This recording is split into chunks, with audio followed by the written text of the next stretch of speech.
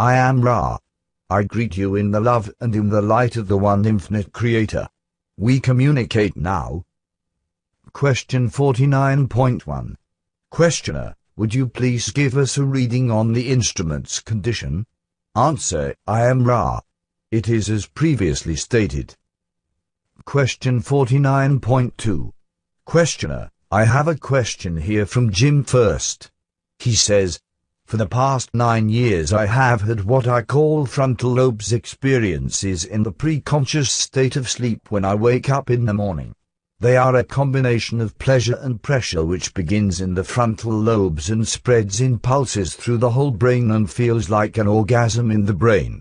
I have had over 200 of these experiences and often they are accompanied by voices and visions which seldom make much sense to me. What is the source of these frontal lobes experiences? Answer, I am Ra. We scan the questioner and find some pertinent information already available which regards the physiological disposition of this particular part of the brain.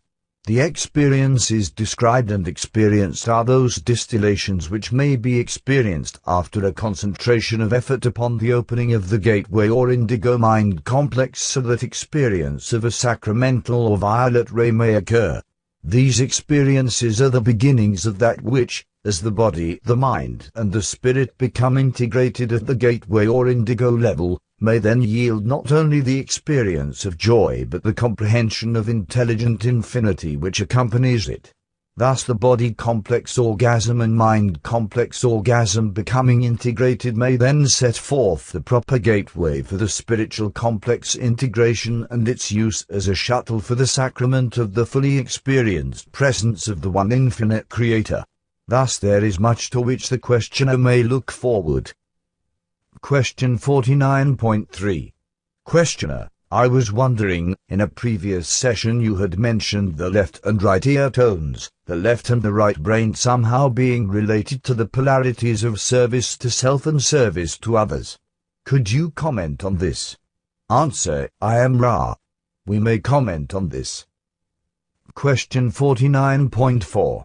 Questioner, will you go ahead and comment on this? Answer, I am Ra. The lobes of your physical complex brain are alike in their use of weak electrical energy. The entity ruled by intuition and impulse is equal to the entity governed by rational analysis when polarity is considered. The lobes may both be used for service to self or service to others. It may seem that the rational or analytical mind might have more of a possibility of successfully pursuing the negative orientation due to the fact that in our understanding too much order is by its essence negative. However, this same ability to structure abstract concepts and to analyze experiential data may be the key to rapid positive polarization. It may be said that those whose analytical capacities are predominant have somewhat more to work with in polarizing. The function of intuition is to inform intelligence. In your illusion, the unbridled predominance of intuition will tend to keep an entity from the greater polarizations due to the vagaries of intuitive perception. As you may see, these two types of brain structure need to be balanced in order that the net sum of experiential catalyst will be polarization and illumination, for without the acceptance by the rational mind of the worth of the intuitive faculty, the creative aspects which aid in illumination will be stifled. There is one correspondence between right and left and positive and negative. The web of energy which surrounds your bodies contains somewhat complex polarizations. The left area of the head and upper shoulder is most generally seen to be of a negative polarization, whereas the right is of positive polarization, magnetically speaking. This is the cause of the tone's meaning for you. Question 49.5. Questioner, will you expand on the positive and negative polarizations in general and how they apply to individuals and planets, etc.? I think there is a correlation here, but I am not sure. Answer, I am Ra. It is correct that there is a correlation between the energy field of an entity of your nature and planetary bodies, for all material is constructed by means of the dynamic tension of the magnetic field. The lines of force in both cases may be seen to be much like the interweaving spirals of the braided hair. Thus positive and negative wind and interweave, forming geometric relationships in the energy fields of both persons, as you would call a mind, body, spirit complex, and planets. The negative pole is the south pole or the lower pole. The north or upper pole is positive. The crisscrossing of these spiraling energies form primary, secondary, and tertiary energy centers. You are familiar with the primary energy centers of the physical, mental, and spiritual body complex. Secondary points of the crisscrossing of positive and negative center orientation revolve about several of your centers.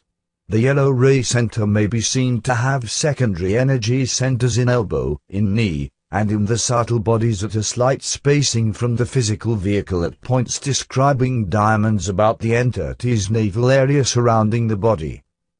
One may examine each of the energy centers for such secondary centers. Some of your peoples work with these energy centers, and you call this acupuncture. However, it is to be noted that there are most often anomalies in the placement of the energy centers, so that the scientific precision of this practice is brought into question. Like most scientific attempts at precision, it fails to take into account the unique qualities of each creation. The most important concept to grasp about the energy field is that the lower or negative pole will draw the universal energy into itself from the cosmos. Therefrom it will move upward to be met and reacted to by the positive spiraling energy moving downward from within. The measure of an entity's level of ray activity is the locus wherein the south pole outer energy has been met by the inner spiraling positive energy. As an entity grows more polarized, this locus will move upwards. This phenomenon has been called by your peoples the Kundalini. However, it may better be thought of as the meeting place of cosmic and inner, shall we say, vibratory understanding. To attempt to raise the locus of this meeting without realizing the metaphysical principles of magnetism upon which this depends is to invite great imbalance. Question 49.6. Questioner: what process would be the recommended process for correctly awakening the Kundalini, and of what value would that be? Answer: I am Ra. The metaphor of the coiled serpent being called upwards is vastly appropriate for consideration by your peoples. This is what you are attempting when you seek. There are, as we have stated, great misapprehensions concerning this metaphor and the nature of pursuing its goal. We must generalize and ask that you grasp the fact that this in effect renders far less useful that which we share. However, as each entity is unique, generalities are our lot when communicating for your possible edification. We have two types of energy. We are attempting then, as entities in any true color of this octave, to move the meeting place of inner and outer natures further and further along or upward along the energy centers. The two methods of approaching this with sensible method are: first, the seating within one's self of those experiences which are attracted to the entity through the south pole. Each experience will need to be observed, experienced, balanced, accepted, and seated within the individual. As the entity grows in self-acceptance and awareness of catalyst, the location of the comfortable seating of these experiences will rise to the new true color entity. The experience, whatever it may be, will be seated in red ray and considered as to its survival content and so forth. Each experience will be sequentially understood by the growing and seeking mind, body, spirit complex in terms of survival, then in terms of personal identity, then in terms of social relations, then in terms of universal love, then in terms of how the experience may beget free communication, then in terms of how the experience may be linked to universal energies, and finally in terms of the sacramental nature of each experience. Meanwhile, the Creator lies within. In the North Pole, the crown is already upon the head and the entity is potentially a god.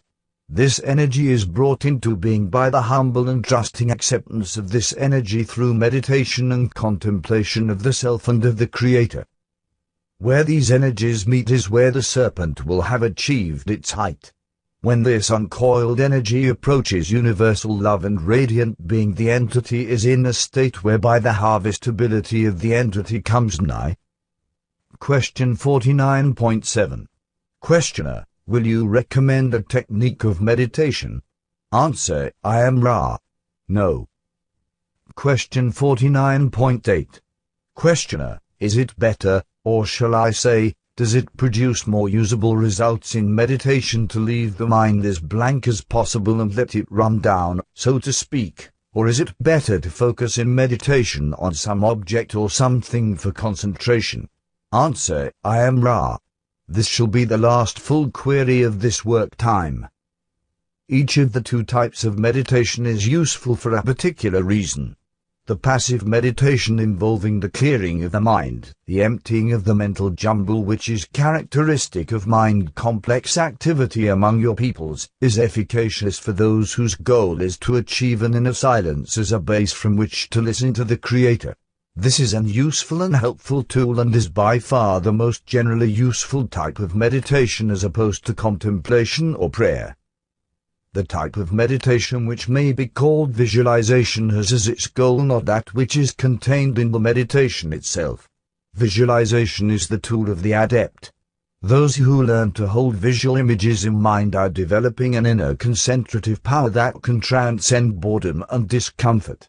When this ability has become crystallized in an adept, the adept may then do polarizing in consciousness without external action which can affect the planetary consciousness.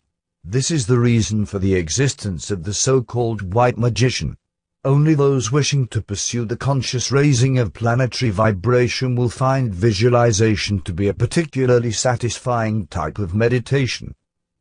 Contemplation or the consideration in a meditative state of an inspiring image or text is extremely useful also among your peoples, and the faculty of will-called praying is also of a potentially helpful nature. Whether it is indeed an helpful activity depends quite totally upon the intentions and objects of the one who prays. May we ask if there are any brief queries at this time? Question 49.9.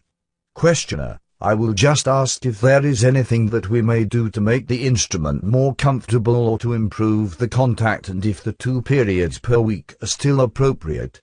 Answer, I am Ra. We request your care in the placement of the neck support for this entity as it is too often careless. You are conscientious and your alignments are well. The timing, if we may use that expression, of the sessions is basically correct. However, you are to be commended for observing fatigue in the circle and refraining from working until all were in love, harmony, and vital energy as one being. This is, and will continue to be, most helpful. I am Ra. I leave you in the love and in the light of the one infinite Creator. Go forth, therefore, rejoicing in the power and in the peace of the one infinite Creator. Adonai.